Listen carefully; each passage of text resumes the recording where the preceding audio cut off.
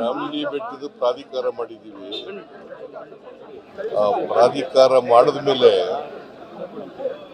ಉಮಾದೇವಿಯವರು stay ತಗೊಂಡಿದ್ದಾರೆ. ಮೊದಲನೇ ಸಭೆ ಕರೆದಿದ್ದೀವಿ. ನಾನು ಚಾಮುಂಡಿ ಬೆಟ್ಟದ ಮೇಲೆ ಮೊದಲನೇ ಸಭೆ ನಡೀತಾ ಆಕ್ಷೇಪಣೆ ಸರ್ ಸ್ಟೇ ಇದೆ, ಇನ್ನೂ ಇದಕ್ಕೆ ವಿಚಾರಣೆ ಇದೆ, ಮಧ್ಯೆ ಮಾಡಬಾರ್ದು ಅಂತ ಹೇಳಿ ಒಡೆಯವರು ಇಬ್ರು ಕೂಡ ಆಕ್ಷೇಪಣೆ ಮಾಡಿದ್ದಾರೆ, ಪತ್ರ ಬರೆದಿದ್ದಾರೆ ಸರ್ ಕಾರ್ಯದರ್ಶಿಗಳಿಗೆ. ನೋಡಪ್ಪ, ಹಿಂದೇನು ಕೂಡ ಕಮಿಟಿ ಅಲ್ವಾ, ಹಿಂದೆ ಕಮಿಟಿ ಇತ್ತಲ್ವಾ, ಆಡಳಿತ ಮಂಡಳಿ ಆಡಳಿತ ಅದರ ಅದಕ್ಕೆ ನೇಮಿಸ್ತಿದ್ದ ಮೆಂಬರ್ಗಳನ್ನೆಲ್ಲ ನೇಮಿಸ್ತಿದ್ದವ್ರು ಯಾರು? ಸರ್ಕಾರ.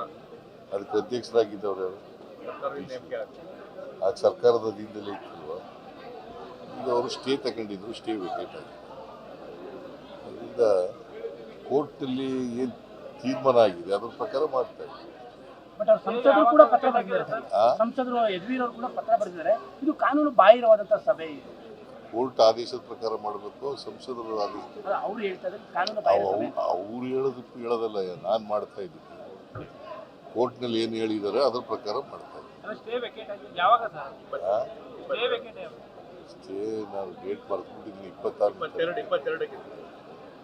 22 ಸರ್. ಈಗ ಅಂಗನವಾಡಿ ಕಾರ್ಯಕರ್ತರಿಗೆ 3 ತಿಂಗಳಿಂದ ಸಂಬಳ ಆಗಿಲ್ಲ ಅಂತ ಹೇಳಿ ಅವರೆಲ್ಲರೂ ಪ್ರತಿಭಟನೆ ಕೋಲಾರ ಭಾಗದಲ್ಲಿ ಪ್ರತಿಭಟನೆ ಮಾಡ್ತಾರೆ. ಎಲ್ಲ ಕೊಟ್ಟಿದ್ದೀನಿ ಸರ್, 3 ತಿಂಗಳಿಂದ ಆಗಿಲ್ಲ ಅಂತ ಗೊತ್ತಿಲ್ಲ, ಚೆಕಪ್ ಮಾಡಿಸ್ತೀನಿ.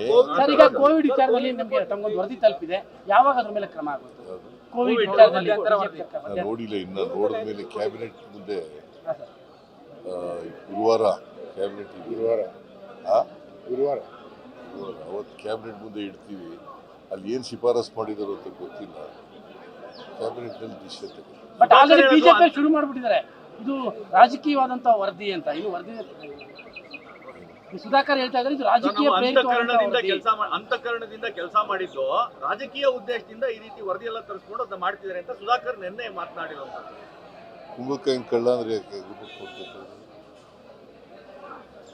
ಇನ್ನು ವರದಿ ಏನು ಅಂತ ಗೊತ್ತಿಲ್ಲ. ಅವ್ರಿಗೆ ಗೊತ್ತಾಯ್ತಾ ವರದಿ ಏನಿದೆ ಅಂತ? ಮುಖ್ಯಮಂತ್ರಿಗಳಿಗೆ ಗೊತ್ತಿಲ್ಲ. ಅಲ್ಲಪ್ಪ, ನನಗೆ ಗೊತ್ತಿಲ್ಲ, ಅವ್ರಿಗೆ ಗೊತ್ತಾಯ್ತಾ? ಅವ್ರಿಗೆ ಗೊತ್ತಾಗಿದೆಯಾ? ತಪ್ಪು ಮಾಡಿರ್ಬೇಕಾಗಿರೋದ್ರಿಂದ ಚಡ್ಪಡಿಸ್ತಾ ಇರೋದಲ್ವಾ? ನೀವು ಮನುಷ್ಯನ ಸ್ವಭಾವ ಅರ್ಥ ಮಾಡ್ತೀವಿ. ಕೋರ್ಟ್ನಲ್ಲಿ ಏನಿದೆ ಅಂತ ಯಾರಿಗೂ ಗೊತ್ತಿಲ್ಲ. ಸುಳ್ಳು ವರದಿ ತರಿಸ್ಕೊಂಡಿದ್ದಾರೆ ಅಂತ ಹೆಂಗ್ ಗೊತ್ತಾಯ್ತು ಇವನಿಗೆ? ಹೆಂಗ್ ಗೊತ್ತಾಯ್ತು ರೀ?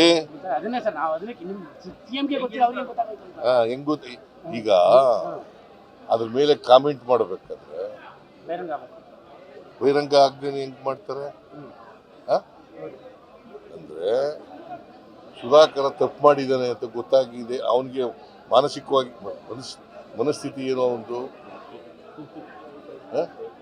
ತಪ್ಪು ಮಾಡಿರೋದು ಗೊತ್ತಾಗ್ಬಿಟ್ಟಿದ್ದಲ್ಲ, ಅದಕ್ಕೆ ಹಂಗೆ ಪಾಪ ಇನ್ನು ರಿಪೋರ್ಟ್ ನೋಡದೆ ಹೋದ್ರು ಕೂಡ ಹೇಳ್ತಾ ಇದ್ದಾರೆ. ಇನ್ನು ಶಿಫಾರಸು ನೋಡಿಲ್ಲ. ಯಾರು ನಿಮ್ಗೆ ಹೇಳಿದ್ದು? ಯಾರು ಹೇಳಿದ್ರಿ? ಯಾರು ನಿಮ್ಗೆ ಮಾಹಿತಿ ಹೆಂಗ್ ಗೊತ್ತಾಯ್ತು? ರಿಪೋರ್ಟ್ ಗೊತ್ತಿಲ್ಲ, ಹೊರಗಡೆ ಬಂದು 7,000 ಕೋಟಿ ಭ್ರಷ್ಟಾಚಾರ ಆಗಿದೆ ಅಂತ ಯಾರು ಹೇಳಿದ್ರಿ? ಯಾವ ಮಾಹಿತಿ? ಎಲ್ಲಿದೆ ಮಾಹಿತಿ? ನನಗೆ ಗೊತ್ತಿಲ್ಲ. ನಾನು ಗೊತ್ತಿಲ್ಲ ಹೆಂಗೆ ಹೇಳಿ? ಹೇಳಪ್ಪ, ನಿನಗೆ ಗೊತ್ತಿದ್ರೆ ಹೇಳು. ನಿನ್ಗೊಂದು ರಿಪೋರ್ಟ್ ಕೊಟ್ಟಿದ್ದಾರಾ? ಭ್ರಷ್ಟಾಚಾರ ಆಗಿರುವಂತದ್ದು ಯಾಕೆ ತಾವು ಈ ಹಿಂದಿನ ಆರೋಪಗಳನ್ನ ಮಾಡ್ತಾ ಇದ್ರಿ, ಕೋವಿಡ್ ವಿಚಾರದಲ್ಲಿ ಭ್ರಷ್ಟಾಚಾರ ಆಗಿದೆ ಇದೇ ಮಾಡಿರೋದು ಬೇರೆ. ಈ ರಿಪೋರ್ಟ್ ಏನ್ ಮಾಡಿದ್ದಾರೆ ಕಮಿಷನ್ ಅಧ್ಯಕ್ಷರು ಏನ್ ರಿಪೋರ್ಟ್ ಕೊಟ್ಟಿದ್ದಾರೆ ಗೊತ್ತಿಲ್ಲ. ಯಾವಾಗ ವರದಿಯನ್ನು ಯಾವಾಗ ಬಹಿರಂಗ ಮಾಡ್ತೀರಾ ಸಾರ್ವಜನಿಕರ? ಎಷ್ಟು ಸಾರಿ ಹೇಳಿದ್ರಿ ನಿಮ್ಗೆ? ಕ್ಯಾಬಿನೆಟ್ ಮುಂದೆ ಇಡ್ತೀವಿ, ಕ್ಯಾಬಿನೆಟ್ ನಲ್ಲಿ ಏನ್ ತೀರ್ಮಾನ ಆಗುತ್ತೆ ಅದ್ರ ಮೇಲೆ ಕ್ರಮ ತಗೋತೀವಿ. ಸರ್, ಈಗ ಮೂಡ ಹಿಂದಿನ ಆಯುಕ್ತ ದಿನೇಶ್ ಕುಮಾರ್ ಅವ್ರನ್ನ ಅಮಾನತು ಮಾಡಿದ್ದೀರಿ, ಸರ್ಕಾರ ಅಮಾನತು ಮಾಡಿ. ಗೊತ್ತಿಲ್ಲ, ನಾನು ಮಾಡಿಲ್ಲ. ಅರ್ಬನ್ ಡೆವಲಪ್ಮೆಂಟ್ ಡಿಪಾರ್ಟ್ಮೆಂಟ್ ಸರ್, ಅದರಲ್ಲಿ ಆರೋಪ ಕೇಳಿ ಬಂದಿದ್ರು, ಒಬ್ಬರನ್ನ ಸಸ್ಪೆಂಡ್ ಮಾಡಿದ್ರು. ಇಬ್ಬರು ಆಯುಕ್ತರ ಮೇಲೆ ಆರೋಪ ಕೇಳಿ ಬಂದಿತ್ತು.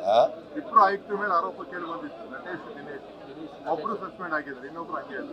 ನಟೇಶ್ ಮೇಲೆ ಏನು ಆರೋಪ? ದಿನೇಶ್ ಅಂದ್ರೆ ಮುಡಾದಲ್ಲಿ 50-50 ಅವರು ದುರುಪಯೋಗ ಮಾಡಿದ್ರೆ, ಕಾನೂನು ಬಾಹಿರವಾಗಿ ಮಾಡಿದ್ದಾರೆ ಅಂತೇಳಿ ನಗರಾಭಿವೃದ್ಧಿ ಇಲಾಖೆ ಅಮಾನತ್ ಮಾಡಿದ್ದಾರೆ. ಕೇಳಪ್ಪ ಇಲ್ಲಿ ಕಮಿಷನ್ ಇಸ್ ಅಪಾಯಿಂಟ್. ಅವ್ರು ಏನು ವರದಿ ಕೊಡ್ತಾರೋ ಅದ್ರ ಮೇಲೆ ನಟೇಶ್ ಅವರು ಮಾಡಲಿ, ದಿನೇಶ್ನವರು ಮಾಡಲಿ, ಇನ್ನೊಬ್ಬ ಮಾಡಲಿ, ಅದ್ರ ಮೇಲೆ ಕ್ರಮ ತೆಗೆದು. ಸರ್, ಈಗ ಅದ್ರಲ್ಲಿ ಒಂದು ಅಂಶ ಬಹಳ ಕ್ಲಾರಿಟಿ ಇದೆ ಸರ್. 2009ರ ಹಿಂದಿನ ಬಡಾವಣೆಗಳಿಗೆ 50-50 ಅನ್ವಯ ಆಗೋದಿಲ್ಲ, ಇವರೆಲ್ಲ ಅನ್ವಯ ಮಾಡ್ಬಿಟ್ಟಿದ್ದಾರೆ ಅಂತ. ರಿಪೋರ್ಟ್ ಏನ್ ಬರ್ತದೆ ಅಂತ ನೋಡೋಣ ತಳಪ್ಪ. ನೀನ್ ಕಮಿಷನ್ ಚೇರ್ ಅಲ್ಲಲ್ಲ, ಅವರು ನಿನ್ನೆ ಆದೇಶ ನಗರಾಭಿವೃದ್ಧಿ ಇಲಾಖೆ ಒಂದು ಆದೇಶ ಮಾಡುತ್ತಿದ್ದಾರೆ. ಸರ್, ನಿನ್ನೆ ಆದೇಶ ಇದೆ sir. A commission is appointed, ಗೊತ್ತಾಯ್ತಾ? ಅವ್ರು ಏನ್ ರಿಪೋರ್ಟ್ ಕೊಡ್ತಾರೋ ಅಲ್ಲ ಸರ್, ನಿನ್ನೆ ಸಸ್ಪೆಂಡ್ ಆರ್ಡರ್ ಇದೆ ಸರ್. ಅದು ನಿನ್ನೆ ಸಸ್ಪೆಂಡ್ ಆರ್ಡರ್ ಅಲ್ಲಿ ನಾನ್ ನೋಡಿಲ್ರಿ, ನೋಡ್ದೆ ಏನ್ ಹೇಳಿ ನಾನು. ಗಮನಕ್ಕೆ ಬಂದಿಲ್ಲ ಅಂತ. ಯಾವ್ದು ಗಮನಕ್ಕೆ ಬಂದಿದೆ, ಸಸ್ಪೆಂಡ್ ಆಗಿರೋದು ಗೊತ್ತಾಗಿದೆ, ಬಟ್ ಏನ್ ಬರ್ದಿದ್ದಾರೆ ಆರ್ಡರ್ಸ್ ನಲ್ಲಿ ಅಂತ ಗೊತ್ತಿಲ್ಲ. ಸರ್, ಇವತ್ತು ಚಾಮುಂಡಿ ತಾಯಿ ದರ್ಶನಕ್ಕೂ ಕೂಡ ಹೋಗ್ತೀನಿ. ಚಾಮುಂಡಿ ತಾಯಿ ದರ್ಶನಕ್ಕೂ ಕೂಡ ಬಹಳ ದಿನ ಆಯ್ತು. ಚಾಮುಂಡಿ ಬೆಟ್ಟಕ್ಕೆ ಹೋದ್ಮೇಲೆ ಚಾಮುಂಡಿ ಬಹಳ ದಿನ ಆಯ್ತು. ಹೋಗಿ ಬಹಳ ದಿನ ಆಯ್ತು. ಬಹಳ ದಿನ ಆಯ್ತು ಹೋಗ್ತಾ. ಹೇಳಪ್ಪ, ಚಾಮುಂಡಿ ಬೆಟ್ಟಕ್ಕೆ ಹೋಗ್ತಾ ಇದ್ದೀನಿ. ಚಾಮುಂಡಿ ಬೆಟ್ಟಕ್ಕೆ ಹೋದ್ಮೇಲೆ ದರ್ಶನ ಮಾಡ್ಲಿಕ್ಕೆ ಹೋಗ್ಬೇಕಲ್ಲ. ಹೊಸ ಲುಕ್ ಅಲ್ಲಿ ಹೋಗಿದ್ದಾರೆ ಸರ್. ನೀವು ಬ್ಯಾಕ್ ಟು ಬ್ಯಾಕ್ ಹೋಗ್ತಿದ್ದಾರಲ್ಲ, ಹೊಸ ಲುಕ್ ಅಲ್ಲಿ ಫುಲ್ ಚಾರ್ಮ್ ಆಗೋಯ್ತೀರಾ ಇವತ್ತು ಅಂತ. ನಿಮ್ಗೆ ಹಂಗ ಕಾಣಿಸುತ್ತೆ? ಎಲ್ಲರೂ ಟೆನ್ಷನ್ ಅಲ್ಲ ಬಟ್ ಎಲ್ಲರೂ ಟೆನ್ಷನ್ ಅವರು ಸಿಎಂ ಅಂತಾರೆ. ನೀವು ನೋಡಿದ್ರೆ ಆರಾಮ್ ಯಾವ್ದೋ ಮದುವೆ ಹೊರಟೋಗ್ಬಿಟ್ಟಿದ್ದೀರಾ. ಯಾರು ಟೆನ್ಷನ್? ಅಪೋಸಿಷನ್ ಎಲ್ಲ ಹೇಳ್ತಾ ಇದಾರೆ ಸಿಎಂ ಟೆನ್ಷನ್ ಅವ್ರಿಗೆ. ನೀವು ನೋಡಿದ್ರೆ ರೇಷ್ಮೆ ಅಲ್ಲ, ಅದಕ್ಕೆ ಬಹಳ ಚಾರ್ಮ್ ಆಗಿದ್ದೀರಾ ಅಂತ. ಫುಲ್ ಚಾರ್ಮ್ ಇದೆ ಇವತ್ತು. ವಿರೋಧ ಪಕ್ಷದವರು ತಾವು ಕುಂದೋಗಿದ್ದೀರಿ, ಕುಗ್ಗಿದ್ದೀರಿ ಅಂತ ಹೇಳ್ತಾರೆ. ಏನಾದ್ರೂ ಅವರಿಗೆ ಪಾಪ ಸುಳ್ಳು ಹೇಳ್ಬಿಟ್ಟಿದಾರಲ್ಲ, ಸುಳ್ಳು ರುಜುವಾತಾಗದಿರೋ ಕಷ್ಟ ಅಂತ ಹೇಳಿ ಅನ್ಕೊಂಡಿಲ್ಲ. ಅವ್ರಿಗೆ ಯೋಚನೆ ಮಾಡಿ, ನಮ್ಗೆ ಯಾವಲ್ಲೂ ಸುಳ್ಳು ಹೇಳಿಲ್ಲ, ಅಸತ್ಯ ನುಡಿದಿಲ್ಲ, ಮತ್ತೆ ತಪ್ಪು ಮಾಡಿಲ್ಲ. ನಮ್ಗೆ ನಿನ್ನೆ ದೇಶಪಾಂಡೆ ಅವರು ಮಾತಾಡಿದ್ದಾರೆ ಸರ್. ಸರ್, ನಿನ್ನೆ ದೇಶಪಾಂಡೆ ಅವರು ಮಾತಾಡಿದ್ದಾರೆ, ಮುಖ್ಯಮಂತ್ರಿಗಳು 5 ವರ್ಷ, ಸಿದ್ದರಾಮಯ್ಯ ಅವರು 5 ವರ್ಷ ಇರ್ತಾರೆ, ನೀವು ಒಪ್ಪಿಗೆ ಕೊಟ್ಟರೆ ನಾನು ಚೀಫ್ ಮಿನಿಸ್ಟರ್ ಆಗ್ತೇನೆ ನಾನು. ಅಪ್ಪ, ಚೀಫ್ ಮಿನಿಸ್ಟ್ರು ಮಾಡೋರು ಯಾರು?